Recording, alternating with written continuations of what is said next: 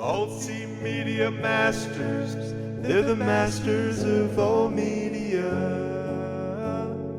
Talking about the movies and the shows on your TVs.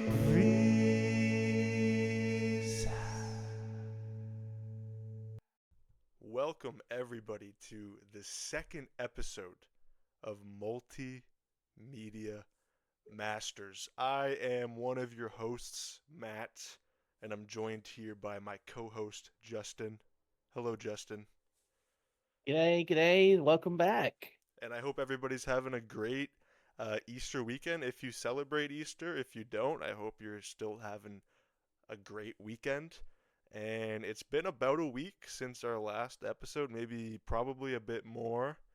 We're going to get better at that. We're going to start getting these out more consistently because I know the world is in desperate need of multimedia masters. I know, right? Justin, don't they need this out in the world?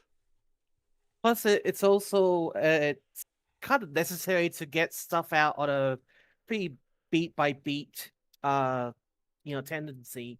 You want to make sure that you get stuff out as constant as possible in this day and age, right? Exactly. Yeah, exactly. That's a good point. Very good point. Okay, so today it's kind of a different kind of episode. So the last week we did like a movie review. We talked about Song Sung Blue, and today it's actually something called Nostalgia Corner. And Nostalgia Corner is the thing. It's a type of episode where we're gonna look at different movies or TV shows. Today it's movies from when we were little that maybe we think is underrated or forgotten. And what we're doing today is we are kind of getting these movies back into the limelight, okay? We're putting the spotlight back on it. And me and Justin both have some of our favorite movies. We're going to get to that later. But first, Justin, let's do some celebrity and Hollywood news. What's your first kind of news that you got? Well, I've got a bit of information about Project Hail Mary, which is a movie that I personally would love to go and see. It sounds like a really good time, It's a really good great movie. movie. Apparently it's reached $390 million Whoa! in its projected earnings, and that's globally. So that's amazing. That is absolutely incredible. That's great. Yeah, we need more movies like that. So it's not out in Australia yet? It has only just come out here in Australia. It wasn't here. Well, it wasn't in my cinema until like this Saturday for Yeah, some reason. I don't know why. that's late. Um, yeah, we get feeds a little bit later to compare to anyone in America, so it's a little bit unfortunate, but we get them eventually.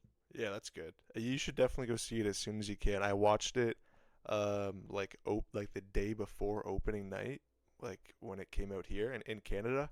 And like wow, I watched it on this huge screen, amazing colors. Like I loved that movie and I'll watch it again. So Justin, whenever you watch it, I'll try to watch it again and then maybe we could talk about it here. Yeah, that's a good idea. And I'm glad I it's doing also good. wanted, yeah, it is doing really good.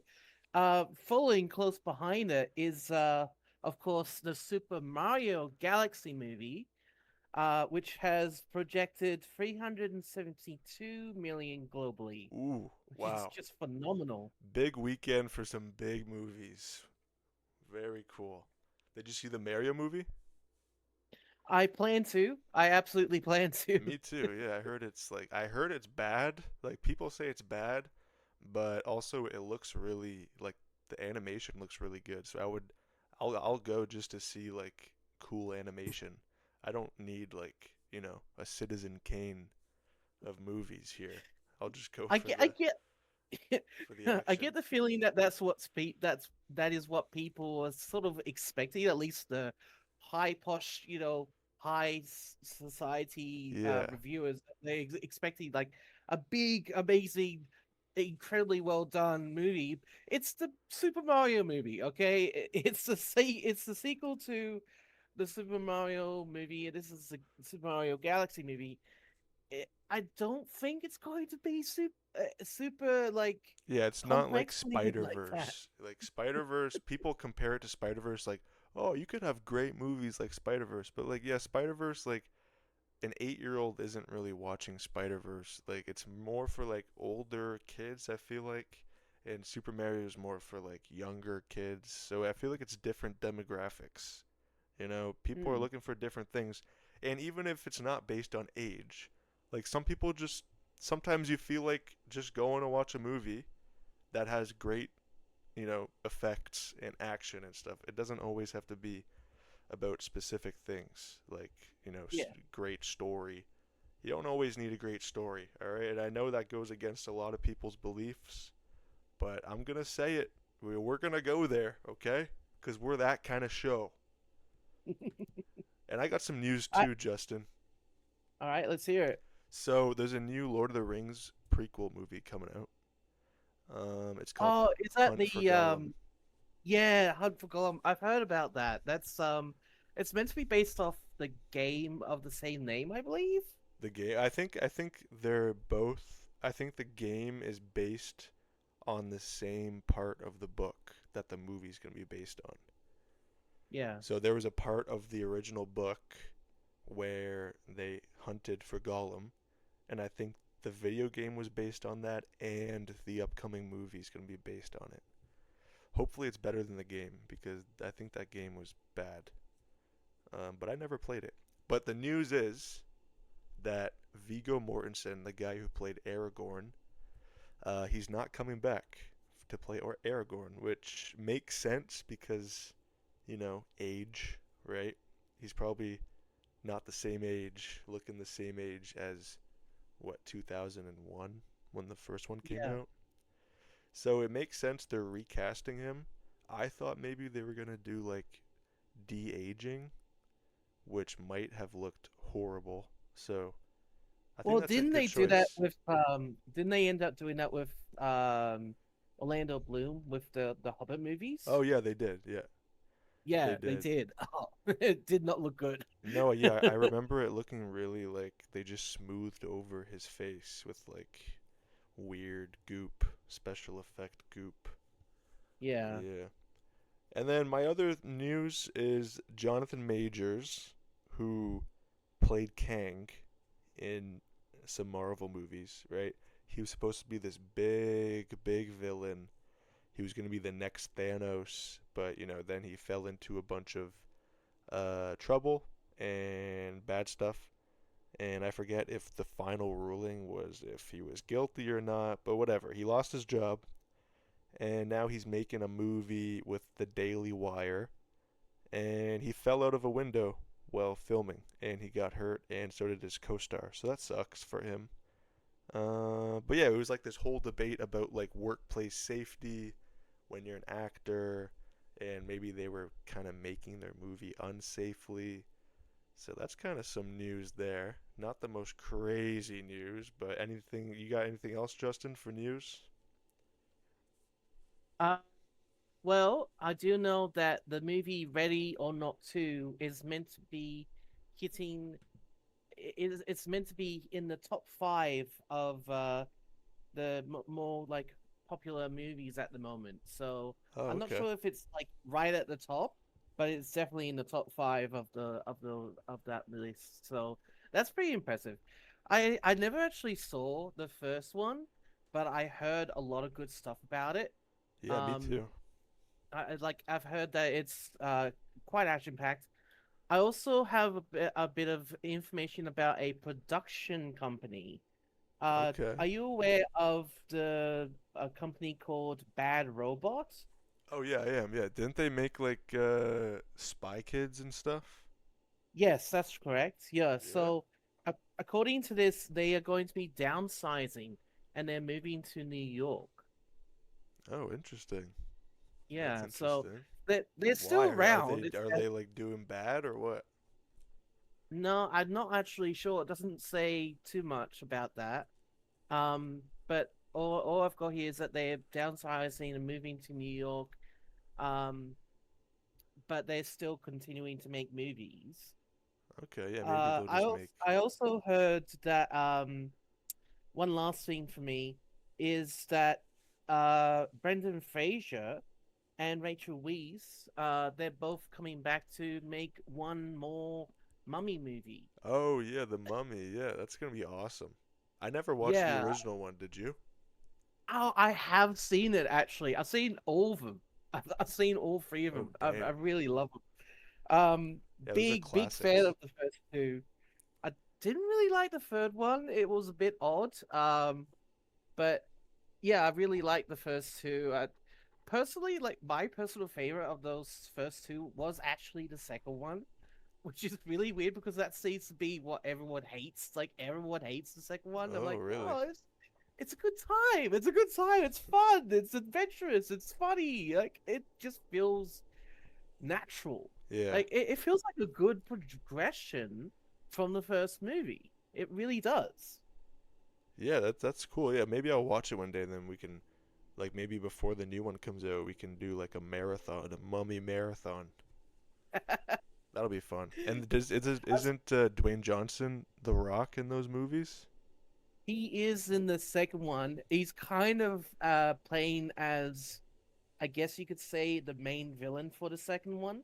Oh. Even though they have Emotep coming back for the second one for a brief amount of time. Um, but yeah, there's this big infamous thing about um, the CG that they used for his final form, like Dwayne's final form.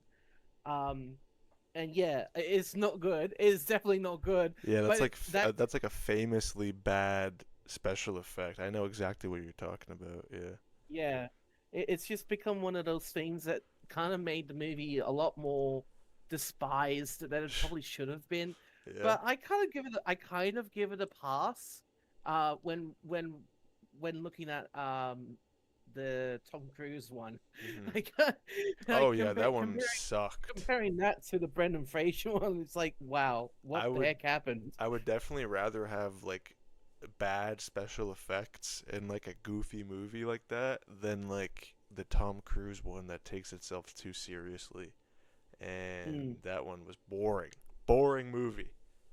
Uh, Yeah, I haven't actually seen it, but I have seen like reviews of it and stuff like that. And from what I've seen, it doesn't look that good at all. It really doesn't look good. yeah. Okay, should we get into the nostalgia corner? Yeah, let's do it. Everybody that is listening, welcome to the Multimedia Masters Nostalgia Corner. Number one. So, me and my co star Justin have selected a movie from our past that gives us, a sense of nostalgia when we maybe rewatch it or think about it. And maybe we think it's better than they actually are because we watched it when we were younger, when life was easier, but maybe they're just good. Okay, so what we're going to do first, before we get into it, we're going to do a fun little game. Okay, we're going to tell the other host the name of our movie. I don't know what he picked. Oh wait, no, I do know what he picked, but I have no idea what it is. And I forget already. So he's going to tell me again and I'm going to guess and then I'm going to do the same to him and then we'll see who's more accurate. Okay? So Justin, what is the name of your nostalgia movie? Right. So the one I picked is called Footrot Flats: The Dog's Tale. Interesting. What is the first part? Foot log? Foot Foot, dog? no, Foot Rot. So Foot Rot Flats. Foot rot flats. Interesting.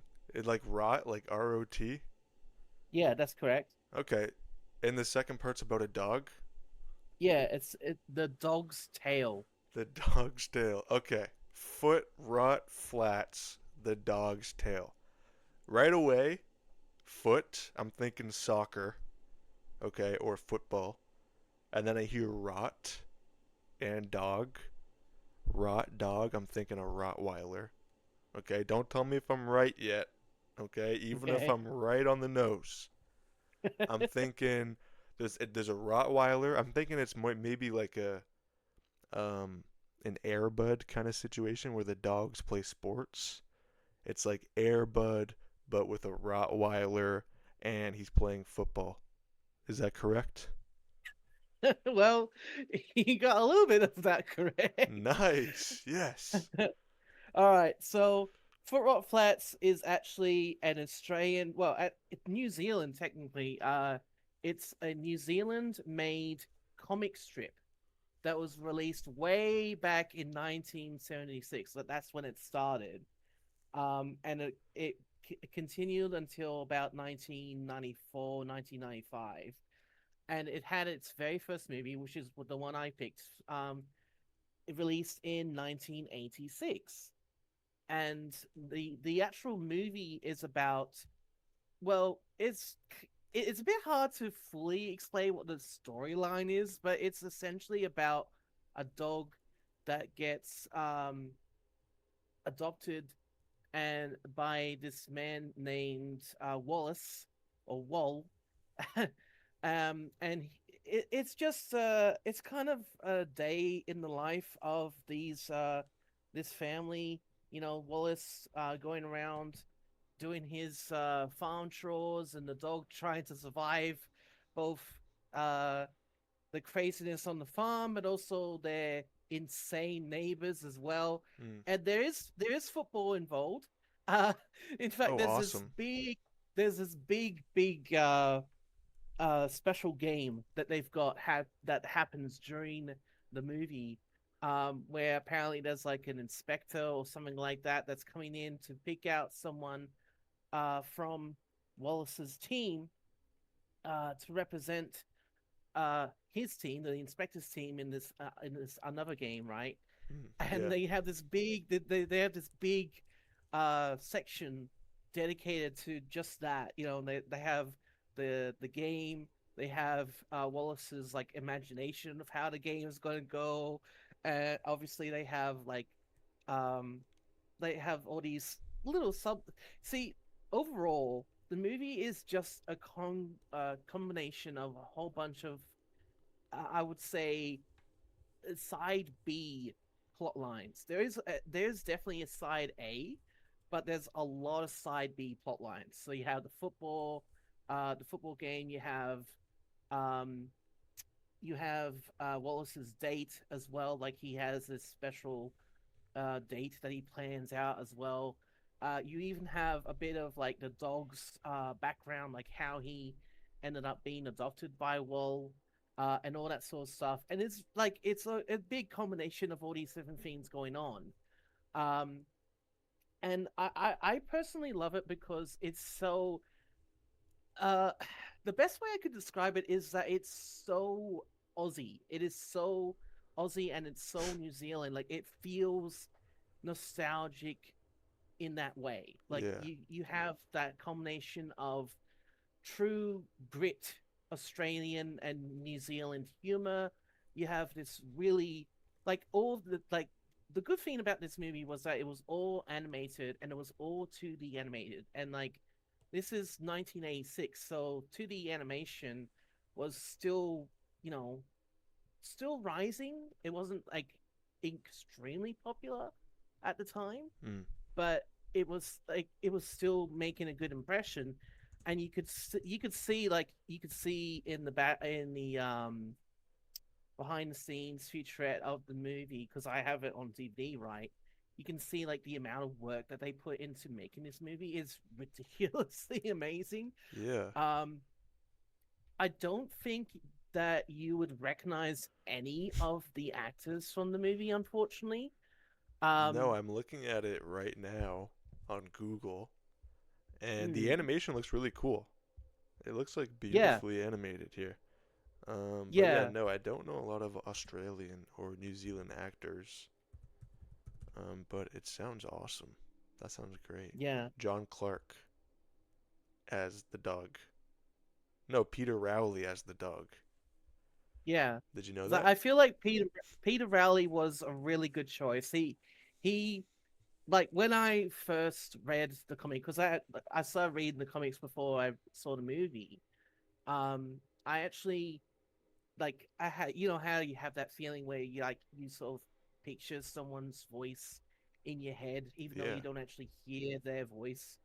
Um, when the movie came out and the dog actually started to talk like in his own way, that was the voice. That was the voice that was in my head. I'm like, that is spot on. That is exactly what I thought about that. I thought that was really cool. Yeah, that's awesome. That's good casting then, right there. That's kind of like when Ryan Reynolds got casted as Deadpool, and everyone was like, when I read Deadpool, I hear Ryan Reynolds' voice in my head now. And that's just like perfect casting right there. So good Yeah. job, Peter Rowley. That's awesome. That sounds like a I great also have movie. yeah, yeah. If I had to give it any kind of rewards, let's see, real quick. I think um craziest imagination scene ever, I think, is one of those awards. So, relatively early on in the movie, Wallace he is told about the inspector that's coming around, and he's like he starts to have this daydream, and it goes way into the daydream. Like, here's the thing: throughout most of the movie, um, it seems to be from the point of view of the dog, which is, par for the course. It's supposed to be the dog's tail. So Yeah. you would think, oh, it's going to be from the point of view of him. But out of the blue, we have this long, overblown scene of Wallace. He has this daydream about playing football with his team against another team. I can't remember the name of the other team, unfortunately, at the moment, but basically they go through this big overdrawn incredibly like selfish very much extremely well animated daydream about him being the only person in his whole entire team that basically smashes the other team at the first scene. Oh, that's funny. They go through all this stuff like he's jumping from the pole and he does a backflip and then kicks the ball away from the goal. And he kicks the ball at one point in the opposite direction and somehow curves around and goes into the goal. It's just all this stuff. It's just so crazy and funny, and I love it. It's amazing.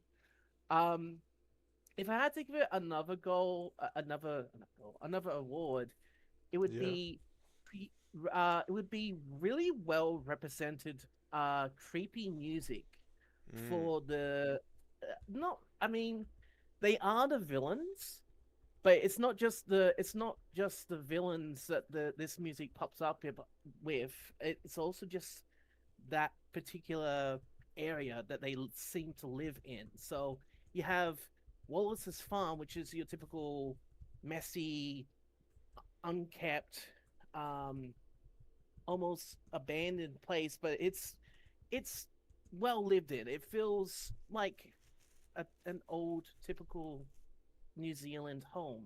Mhm. But then you have this other group. I think they call them the Murphys. So it's not really clear if the Murphys are strictly Wallace's neighbors. In fact, even in the comics, it's not really strictly clear if they're actually the neighbors. Um, but they must live nearby because they constantly are butting heads. And these guys are the worst, the worst. Like they are the absolute scum of this series. Really, the Uh, neighbors? yeah, it is pretty bad. So you've got the dad, and then you've got the three sons. It was three sons, or was it two? I think I'm pretty sure it's two. Yeah. Um, and so you've got the three of them, and they're like the father is the smartest one, even though he looks like um the best way I can describe the father is that he looks like your typical old 1980s 1970s type thief or something like that. He looks like a typical burglar, is what I'm basically trying to say. Okay, yeah, You know, classic burglar. He's got like stripes. he's the type of guy who's like, hey, let's go do it this way, guys. Let's Yeah, let's steal this stag tonight in the rain. That's how he speaks. That's how he speaks. yeah, that's Actually, that's a burglar pretty. voice right there. Justin, would Um, you consider giving your movie the award for New Zealand and Australian culture representation award? Would you consider that? I I mean, like I said, it does have that definite Australian slash New Zealand feel. Um, the only problem that I found with it in that regards is that it didn't really feel like overall um like the sort of thing people would expect when seeing a movie made by Australian or New Zealand people, Right. because there's no kangaroos, there's no koalas, Yeah. there's nothing like that. In fact, throughout the whole movie, I think there's like one magpie. What? That's it? Needs Yeah, way more. yeah, you feel like, I mean, yes, okay, this was made in New Zealand, but I'm pretty sure New Zealand has those those animals there too. Like it just feels like it could have had just a little bit more of that feel to it, at least in the animal wise and in the animal representation wise. But other than that, the animation style for it represented New Zealand and Australia pretty much pitched perfectly, at least for the time. And it really, like, the music for it. Also, I felt like it was a really good representation of like what people felt like. Mm. In fact, one of the musicians at the time, I think, was pretty dang popular. I believe his name was Dave Dobbin or something like that. Dave Dave Double or Dobb, I Dave never heard Dobbin. of that. Yeah, well, I hadn't heard of him until the movie either, but apparently he was pretty dang popular back in that time. So they actually approached him. They actually approached him to make music for the movie, and one of the songs um became really popular, which you You ought to probably be would in love? recognize. No, not that one. Slice of Heaven, but also Ought to Be in Love is a good one too. Yeah, I'm looking at his songs here. Then one of them says, "You ought to be in love" from Footrot Flats, the dog's tail. Mm. So it made it onto his most popular song. Awesome. Yeah, Dave Dobbin. Cool guy. Yeah, So it's got the movie's got the Australian and New Zealand style, right? Animation, music, but it could be a little more about specific Australian stuff. So that's what you're saying, right?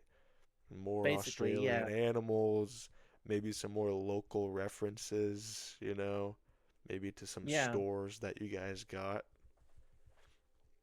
Okay, that I sounds like a do, I cool movie. do, I do think it's worthwhile seeing. I don't know if you can get it on Blu-ray, but I know you can get it as a normal DVD because I've got it as a normal DVD movie at home. Yeah. Um, but yeah, overall, I absolutely do recommend it. Uh, Prepare for a pretty good time. It is chaotic but fun, and it's got a lot of good funny moments as well. And the music is really good too. Absolutely. That's awesome. Great. Anything else you want to say about it? Uh, well, I do have a little bit of trivia, Ooh, but yeah, let's get maybe some trivia going. yeah. So this was actually the very first fully animated feature film made by the New Zealand film industry. Oh, wow, that's sick. That's cool. Yeah. I thought that was pretty cool when I found So, that out. like, it's the first animated film made in New Zealand, Um, or just by like a specific studio? I think I think it's called the New Zealand Film Industry. I'm guessing that's the actual name of the company. Oh, I see. That's awesome. Yeah.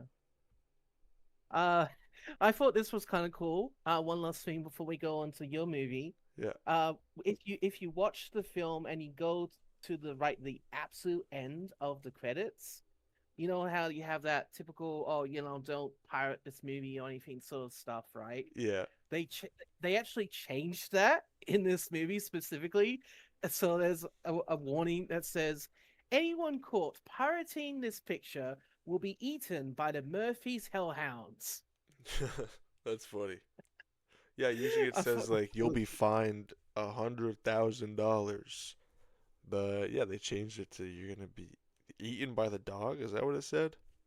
that's right, eaten by the Murphy's Jeez, Hellhounds. I would not want that to happen to me. That's for sure. It goes to show just how nasty the Murphys can be and their dogs as well. Yeah, I feel like I'm maybe after this I'm gonna watch some clips of that on YouTube. That sounds interesting. Definitely. And yeah, you what? That's awesome that you like watched it when you were a kid, and it was probably like awesome to just have like a movie made by like similar culture that you grew up in. So I'm glad you got that movie. That's great, and it got some good awards too. Right? You just gave it two multi marvels, so that's great. Yeah. Would you like to guess what my movie is about? Well, you haven't said what the name of it is. No, I haven't. You ready? Yep, let's hear it. It's called Sky High. Sky High. Oh, very short title then. Yeah, Okay. just two words. uh, well, straight away, I kind of like I hear the word high, and I sort of think either possibly like a high school situation or maybe someone getting high on drugs. Yeah. And and when I hear the word sky, I think, okay, well, is that the name of the main character? Like maybe it's about a main character named Sky getting high on drugs, Ooh, that could be it. That could be. or alternatively their life in high school, and it's like I don't know, uh, complicated, like sort of along the lines of what's it called? Diary of a Wimpy Teenager. Is it Oh yeah, called? I think Wimpy Kid. that's right. That's the one. That's Yeah. a good So guess. that yeah, that's my guess for it. Okay, you are on the right track. The high is for high school. So it is about high school, but it is not about a person named Sky. Okay, think of a literal sky. Okay? Sky Okay. high. So it's a high school, and where do you think this high school is? Oh, so it's like literally in the sky. So is this um like a god or like what do they call them? Like A gods? demi yeah, demigod type school Oh, like an or Olympian school. yeah, kind of like Percy Jackson type situation, or maybe Yeah. uh, or maybe a superhero type thing. It could be either way. Oh my gosh. You got it. You got it. Wait, It's a what? superhero high school. Superhero high school in the sky. It's called Sky High. You got it. Oh, okay.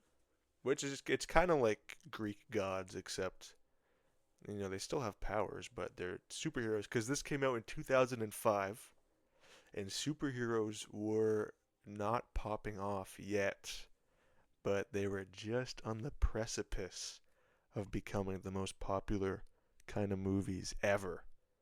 Okay, so this was 2005. This was 3 years before Iron Man, before all that took off. So maybe that's why we never got a sequel to this because, it just wasn't the vibe yet. But I'm still hoping for a sequel.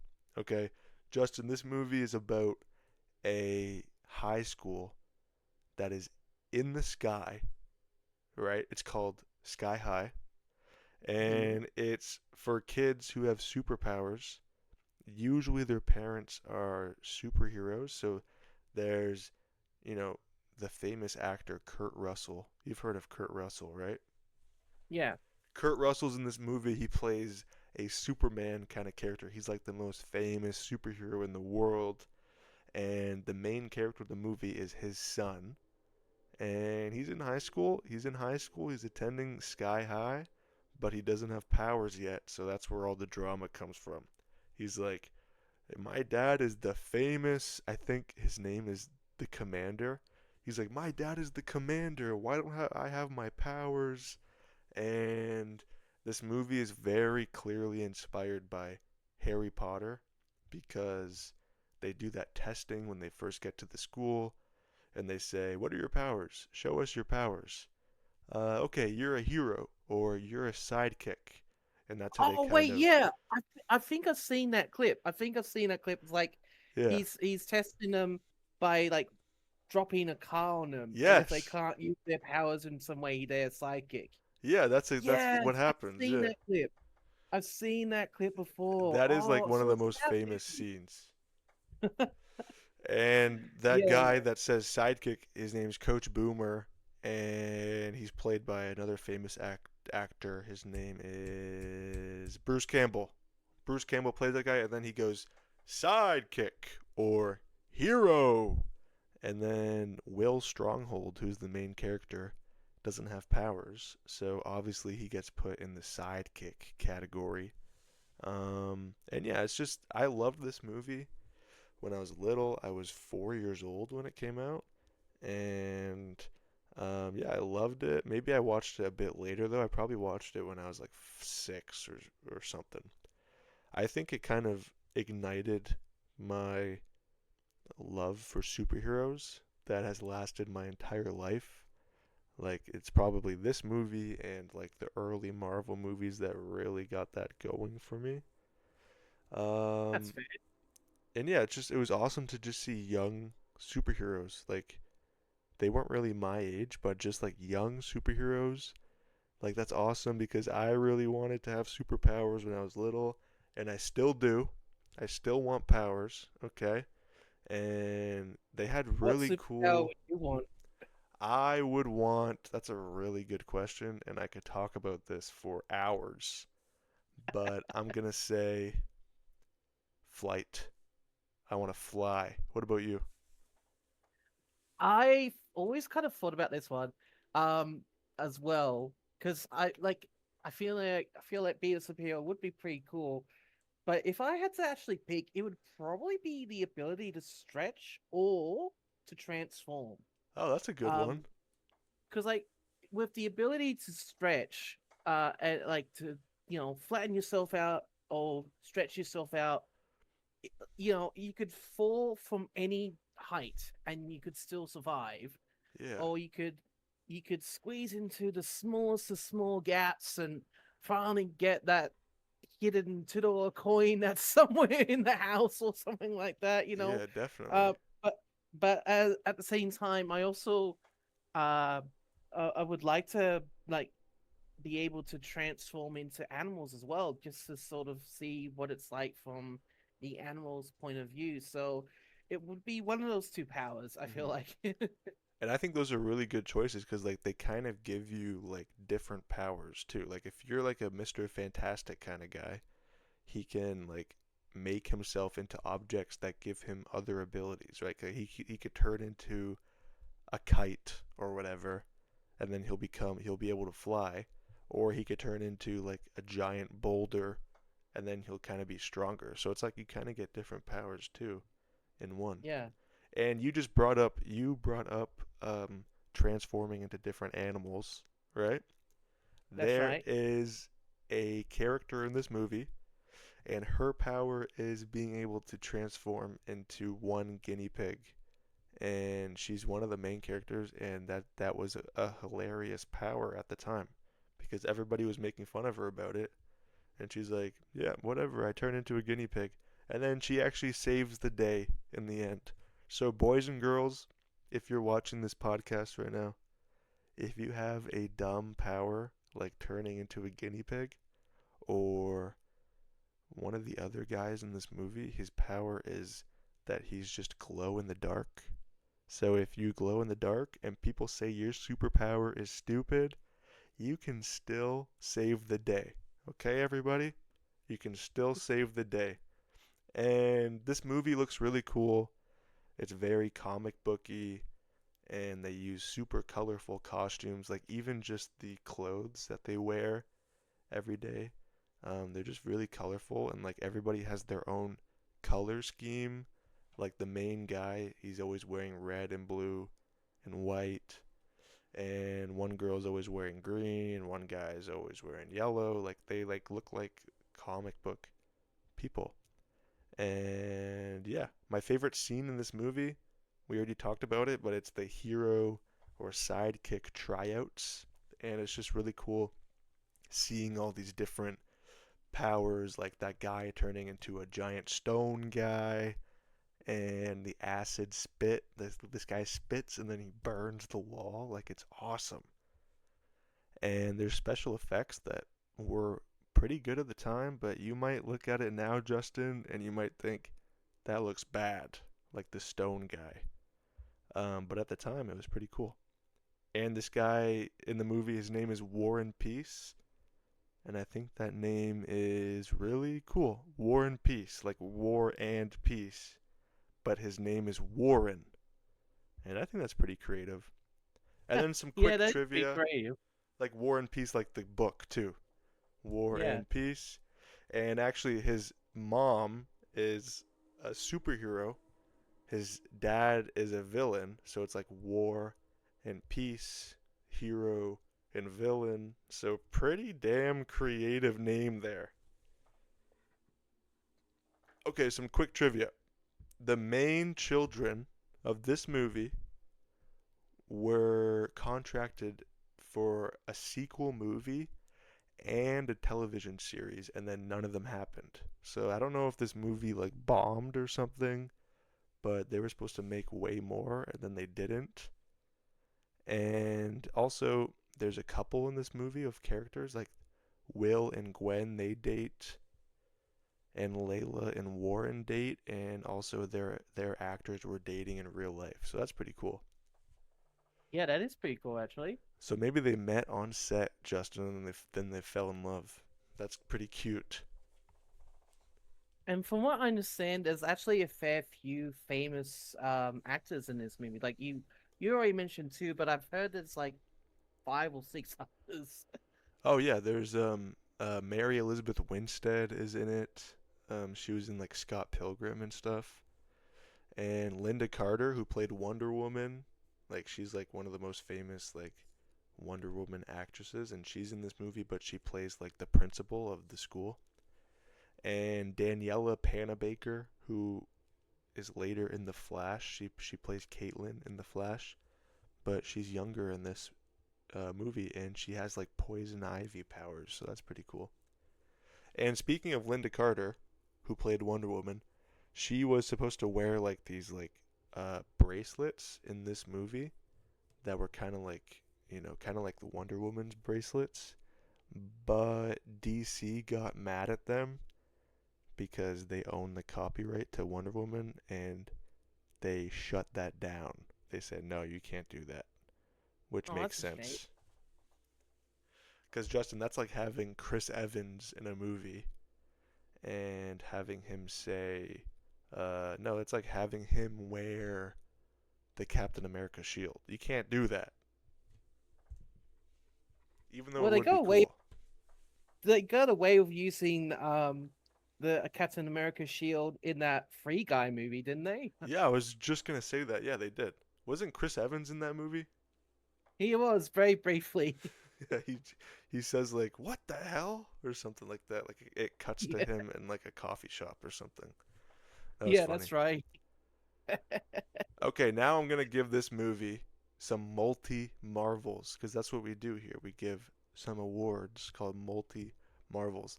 I'm gonna give this movie the award for coolest character name in fiction, and it goes to War and Peace.